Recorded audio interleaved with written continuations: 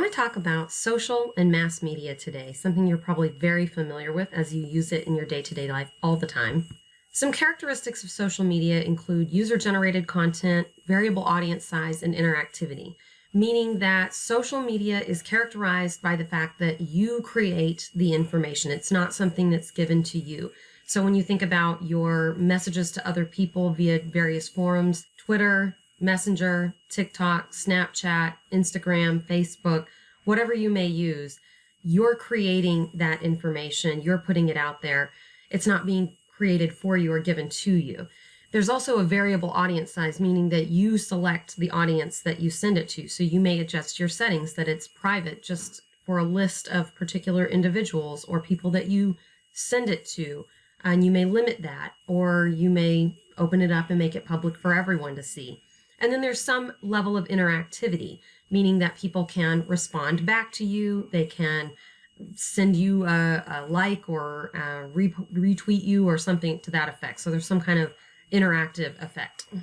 Uses and gratifications theory is something that came about when researchers started to ask a little bit more about how people interacted with social media. What did they do with these media? So for one, we use social media to gain information, and that can be news information or gossip or information about our friends and family.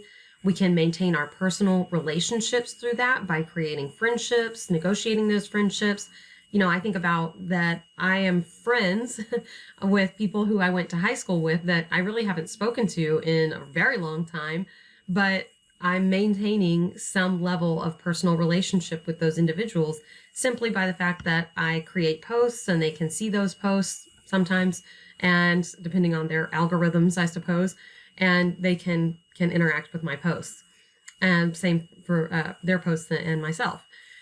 We also use it to create a personal identity. And I think people are resistant to this idea sometimes, but you create a very specific personal identity for online, and that's not a bad thing. We show elements of ourselves that are accurate and honest and true, but we also have the ability to cultivate a very particular appearance. So we can only show the positive things, or, you know, show something negative for the purpose of making ourselves look a particular way and gaining sympathy or whatever. So we manipulate that media in a variety of ways. And I don't mean to say that it's a negative thing. It can be a negative thing, but it can be a very positive thing as well, because it allows you to experiment with your identity and show the pieces that you feel most comfortable with. Or on the flip side, you know, give you an opportunity to show a vulnerable side of yourself that maybe you're not comfortable with in person. And then, of course, we use it for fun, just for entertainment, you know, watching funny videos. You know, social media to me is a source of relaxation and something that I enjoy just kind of laying back and having fun with. This term mass personal communication was created to understand the blurred lines between mass communication and interpersonal communication. Interpersonal communication is communication between two people, and mass communication is communication between one person and a large group, a undefined or larger audience. So mass personal is the blurring of those, where you have maybe one intended audience member, but it gets shared among other people. Like, I think about the posts that I put up on Facebook are often intended for my close friends and people that I want to share stuff that's going on in my life with, but it's more of a smaller group, like maybe 20, 25 people. But a lot of people may see that and interact with that post. So it's not necessarily just limited to those people. Now, again, I can use some settings and features of Facebook if I want to manipulate that so that it's only received by a very specific group of people. I can limit that and make a custom list of people to share it with. But I don't usually do that, and I don't know that a ton of people do. It's kind of up to you personally. But it's that idea that you kind of mean these posts for one group, but a large group may interact with it. Another thing to consider is that some information can be shared without your knowledge. And so you might intend for a message to be sent to one person, but it could then be spread and shared among other people in ways that you didn't actually mean. When we think about mediated communication versus face to face, there's a couple of key differences to keep in mind. And the first is message richness, which refers to how much nonverbal communication can add to the message.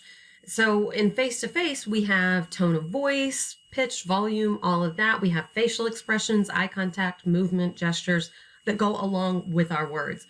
When we step into the online realm and into social media, a lot of those cues get lost. And we can do various things to work with our social media posts that share more of that message richness, such as the way you use capitalization or punctuation or emoji that you add to a particular message. Various things that can add back in some richness, but leanness typically describes social media posts. And we all understand that, a text message can really have a big difference. Punctuation and such can have a big difference on the way that people perceive a text message. My mom is famous for writing the word yay with a period. So I might text her and say, hey, I'm on my way to your house. And she'll write back, yay, period. And it always makes me think that she's either being sarcastic or that she's not really, excited that I'm coming over. And I've tried to tell her this because she does this on social media posts as well. But, I don't know if it's just an auto feature that's gotten in there somehow, but she just puts that period at the end. So that sort of thing will affect the message richness. Synchronicity refers to how quickly there's a back and forth. In face-to-face, when you remember thinking when we talked about the transactional model, synchronicity was how quickly you got feedback from someone. So if I talk to you and you immediately look at me and you're smiling and nodding, then I immediately get feedback. In a social media post, then the synchronicity is a little bit slower. Now you might get a like right away, or someone might type a comment back to you right away, but ultimately there's a bit of a time gap there. And because it's permanent, people can continue to interact with that message on and beyond when you originally sent it. And that's not always the case for some sets of different social media. So Snapchat or Twitch, might be more live and then go away after a time. But I would caution you to remember that no matter how impermanent you think something is, there are always ways to do screen capture and to share that information with audiences that you didn't originally intend. And so we're going to talk a little bit more then about the benefits and drawbacks of social media.